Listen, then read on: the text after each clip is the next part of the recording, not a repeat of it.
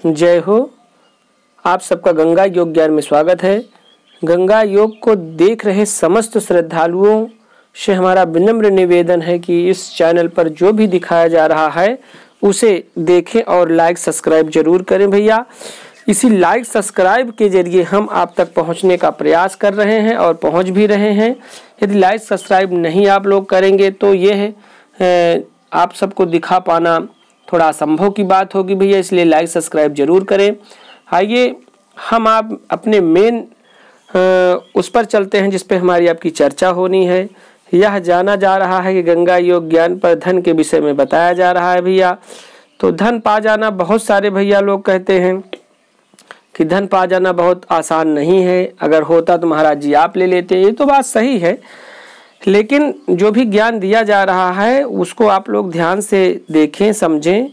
और सबको धन नहीं मिल सकता है, कुछ अपना अपना भाग्य भी इस पर निर्भर करता है। इसलिए आप लोग इसको जानने वाले देखने वाले जरूर इसका प्रयास करें भैया। कुछ भैया का कमेंट आया है कि सन 80 वाली ये सब बातें हैं, तो क्या मेटल डिटेक्टिव जो मशीन है क्या वह जो जहां बता देगी आप धन पा ही जाओगे? ऐसा भी नहीं है। बहुत सारी मशीनें, बहुत सारे प्रयोग, बहुत सारे वैज्ञानिक प्रयोग असफल रहे हैं। सफलता वहीं प्राप्त होती है जिसके भाग्य में होता है। इसलिए आप लोग इसे अपने भाग्य को भी मान करके आजमाएं। सारा दोष, सारा कारण निवारण सिर्फ प्रयोग पर और मशीनों पर ना दें, क्योंकि यह भी कहा गया है कि यह धन उन्हीं को मिल सकता है, धन वही पा सकते हैं जिनका मन निर्मल होता है। मन निर्मल होता है, छल छिद्र कपटता नहीं होती है, धन उन्हीं को प्राप्त हो सकता है। आइए इस समय वसंत के ऋतु में बहुत बढ़िया एक प्रयोग है भैया, आप लोग जरूर करें और अपने लोगों तक जो इसके चाहने वाले हों, जो इसमें रुचि रखते हों, वह इनको जरूर करें।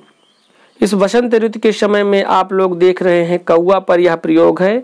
जो कौवा एक पक्षी होता है वह इस समय मिलन करता है, अपनी कौवी के साथ मिलन करता है। वह यही समय होता है, यह जो बसंत का ऋतु चल रहा है इस समय वसंत ऋतु में ही यह कार्य संभव होता है।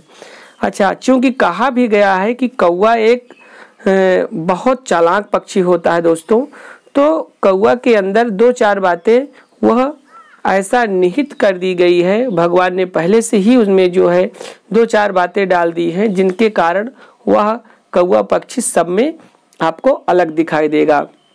जैसे अगर यह नीचे पृथ्वी पर कहीं संसर्ग कर रहे हों कौवा कौवी दोनों एक साथ, तो वहां अवश्य जान लेना चाहिए कि यहाँ पर धन है। अच्छा, इसका क्या कारण है, यह कैसे होता है? संसर्ग तो बहुत सारे पक्षी, बहुत सारे जीव करते हैं, लेकिन दोस्तों कौवा को नपुंसक कहा गया है।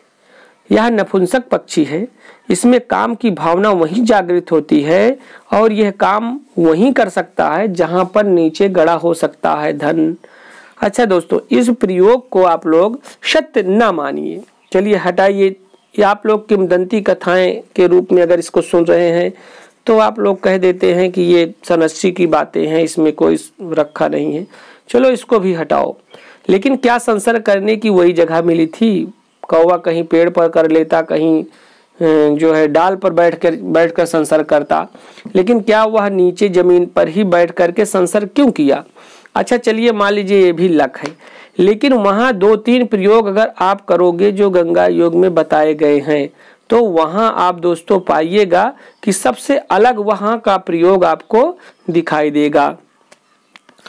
धन मिलना ना मिलना ये भाग्य की बात होती है, सब कुछ प्रयोग पर ही नहीं निर्भर करता है। आप लोग जो मैंने प्रयोग बताया है इसको देखें, सुने, समझें और इस पर गहनता से अध्ययन करें, क्योंकि यह विषय जो है भक्ति का है। धन का पा जाना, धन का खनन करना, यह विषय भक्ति का है और ज्ञान का है, वैराग्य का है। यह विषय मानव के उन व्यक्तियों का नहीं है जो थोड़े में, कहा नहीं गया है थोड़े में वो जो है बहुत ज़्यादा उगने फूलने लगते हैं। इसलिए ऐसे व्यक्तियों के लिए नहीं है मेरे भाई। अगर आप लोग धन की इच्छा रखते हैं तो ज्ञान वैराग भक्ति भी अपने मन में लाएं, सहजता से इस बात को सुने और इस पर गहन अध्ययन करें, तब आप कार्य को संपूर्ण कर पाएंगे। दोस्तों, इसी के साथ समय हुआ है आप सबसे विदा लेने का। अगले वीडियो में फिर मिलते हैं, तब तक के लिए जय हो।